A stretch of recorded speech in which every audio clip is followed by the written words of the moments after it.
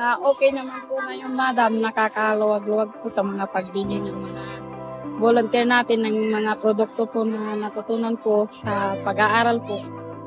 Kaya tinatangkilik naman po mga produkto, madam. Maganda po yung pagtitinda. Saka ngayon po, madam, porsigido po talaga ako sa pag-aaral po. Kaya yung simula po, magsisimula po akong mag-aral dito sa Learning Center po sa ALC, Aita Learning Center. Nagtitinda lang po ako ng luya noon. Nakita ko po may mga bisita. Inalukan ko po ng paninda si Ma'am Yana. Yung pag-alok ko po ng paninda kay Ma'am Yana, bili ka ng luya, madam. Mag-aaral ka, nanay, sabi ko yung ang sagot niya sa akin, hindi po yung bibili ako. Ano naman po ako, bakit pwede po akong mag-aral yung tanong ko? Oo, nanay, lahat ng gustong mag-aral, pwedeng mag-aral. Na-interesado po ako doon. Tapos nung magpa-exam po siya sa akin na anong grade kaya ikaw, nanay, anong oras ka kaya pupunta. Subukan mong sagutan kung mga answer sheet, sabi ko sa akin.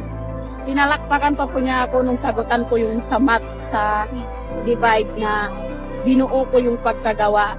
Sabi niya, ako, nay, nakalimutan ko na yan. Ikaw, alam mo pa yan.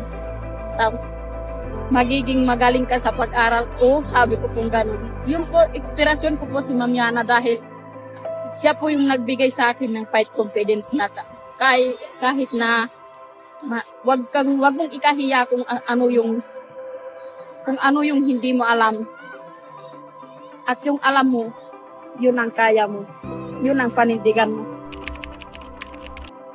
Yung edukasyon po sa akin ay ang naging epekto po sa akin ng edukasyon, yung patuloy po akong may inspirasyon at saka patuloy po akong may lakas ng loob sa aking sarili na kahit na matanda na po, may edad na rin po ako at may asawa at pamilya, na pwede pa rin po akong mangarap hanggang nabubuhay po ako. Makakatapos din po sa pag-aaral. Na walang humpay na saya po yung tangkang namin.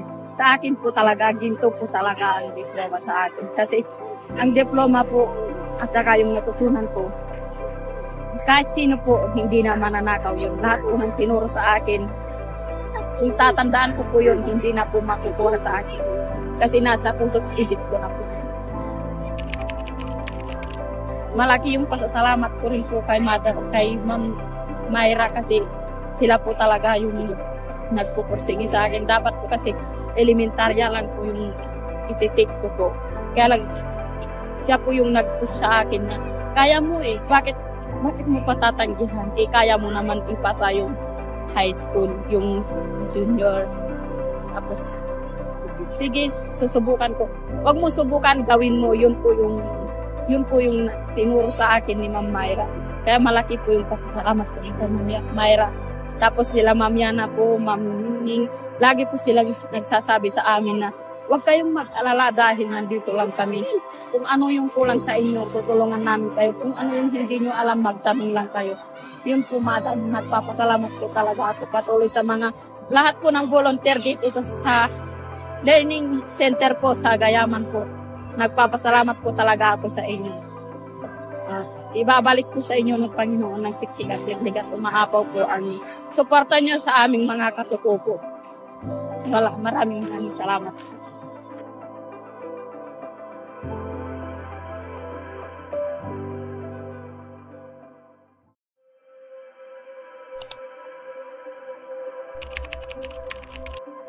Masaya naman po, madam, kasi po first time ko pong nag-graduate kasi po nung nag-graduate po ako halos mga 3 years na rin po, magpo 4 years po.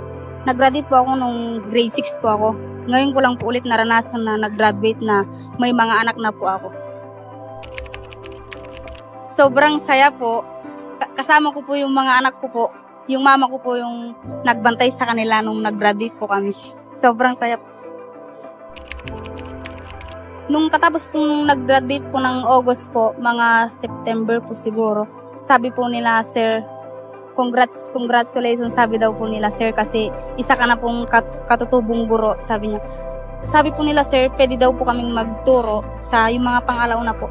Ang ginagawa po namin, nagtuturo po ako ng Lunes hanggang Sabado po. Yun po.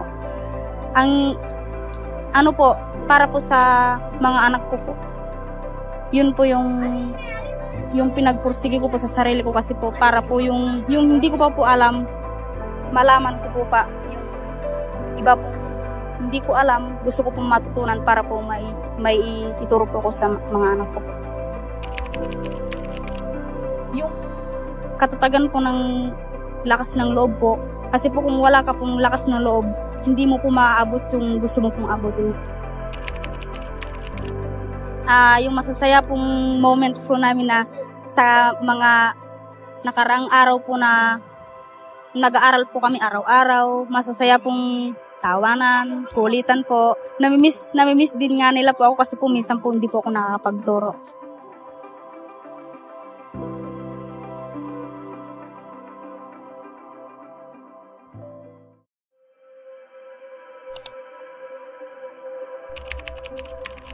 Pagkatapos po ng graduation namin, nag-alagan na po, pagkatapos na po yun, nagtanong na ng madam. Pagkatapos po yun, nasa bahay ko na ng madam. Masaya po yung madam. Kasi po gano'n lang po na pinrealize na gano'n po kami nakapag-aral po madam. Kasi po nung po kami, hindi po kami nakapag-aral. Gusto namin makapag-aral. Kaya po nagpapasalamat po kami dahil po ngayon po na kami nakapag-aral.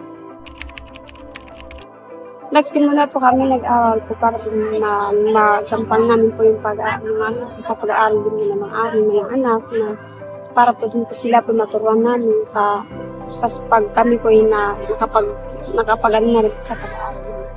May natutunan po kami sa mga teacher na pinupunta po para mag-expression po sa buhay namin makapag-aral, para po maturuan po yung mga bata pagdating po ng araw, pag sila po nahihirapan po sa eskwela rin po, para po sila po ay maturuan dito sa bus.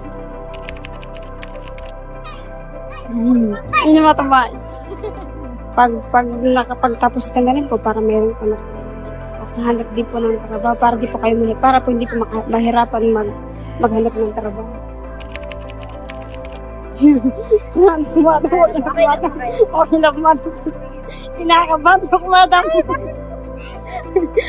Salamat. Salamat.